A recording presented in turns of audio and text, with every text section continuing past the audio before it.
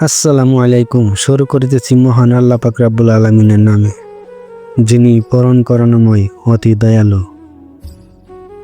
আজকে বলবো বন্ধুরা, যে কাজ করতেছি বাংলাদেশে 50 থেকে 60,000 টাকা হলেও করতাম না।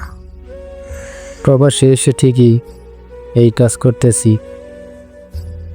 তো আসলে এই প্রবাসে যারা আসে নাই দেশ থেকে, মনে করে না জানি কত সুন্দর কাজ, কত টাকা।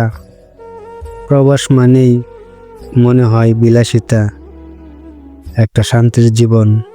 না ভাই, প্রবাস মানেই জীবনকে ধ্বংস করা। প্রবাস মানেই আমি বলবো জীবনকে নষ্ট করা। বর্তমান সময়ে একসময় হয়তো ভালো ছিল, এখন নেই। আবার যত প্রবাস মানে কিচ্ছু নেই।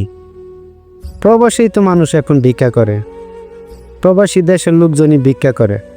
আমাদের কি দিবি? এই হলো সত্য কথা। সত্য কথাগুলা কেউ বলবে না। আমার এই চ্যানেল